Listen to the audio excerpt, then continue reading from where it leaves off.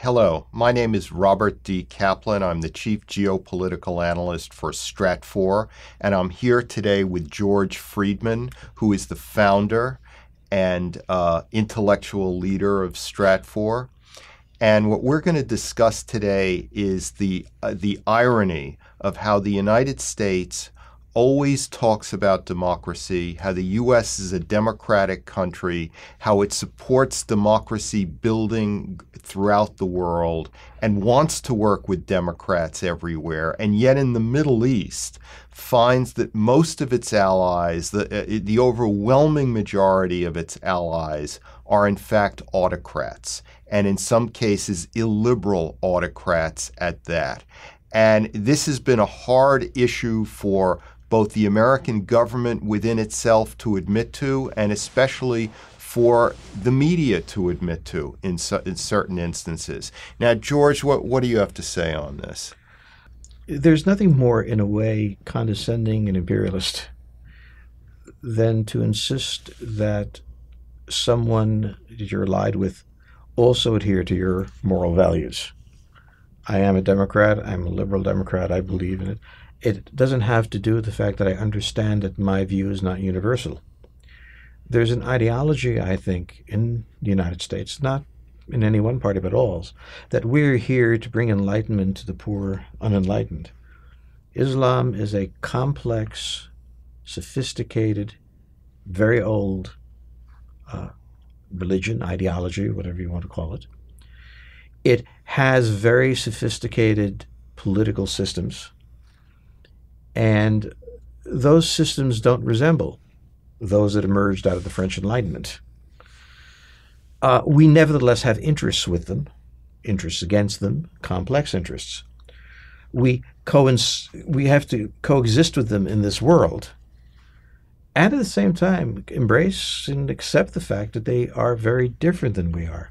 I find it always interesting among multiculturalists that they celebrate all varieties of culture, and then when you work with a culture truly alien from yours, doesn't share your values, you get condemned. It's a president doesn't have the option of not engaging.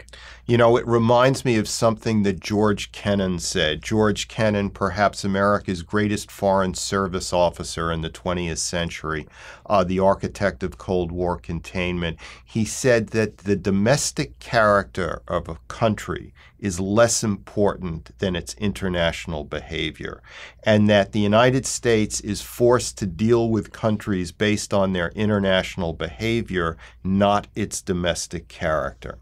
And when you go around the Middle East, from the Maghreb to the Levant, what you find is America has a fine and trusted ally in Morocco, which is a royal dictatorship, though moving in the direction of more of a constitutional democracy, but still very much a royal dictatorship. It has strong allies in Oman, which governs in a liberal fashion, but Sultan Qaboos is an absolute dictator. It has a strong ally in Jordan, another royal dictatorship. It has a strong ally in Saudi Arabia at the end of the day, not only a royal dictatorship there, but a very illiberal one at that. In Egypt, it finds itself now with a new military dictatorship of pharaonic proportions that in fact is closer to the West and what America wants to achieve than the previous democracy in Egypt. And in the recent Gaza crisis, what we found is dictatorial Egypt had a more modest, more moderate view of how to solve it than democratic Turkey did.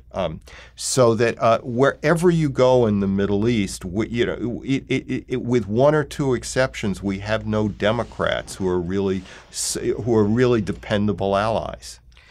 Well, when some Americans look at the world and they see you're not a democracy, it must be because some wicked person imposed it, not because you're culturally not democratic. And we have to deal with the world. I mean, we don't have an option. We have to deal with the world as it is. The example that I think is the most telling is Franklin Roosevelt wanted to stop Adolf Hitler, a virtuous thing. He could only do that by aligning with Joseph Stalin, who's a homicidal maniac. Those who would argue that we should not engage non-democratic countries also have to say we should not have aligned with the Soviet Union against Hitler. Well, the result of that would have been catastrophic. So I think Kennan's point is very much, we are not omnipotent. We don't choose the countries we need, and we can't shape their lives internally.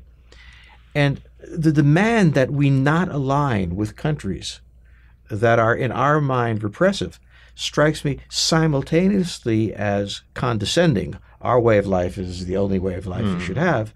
But more to the point, self-defeating.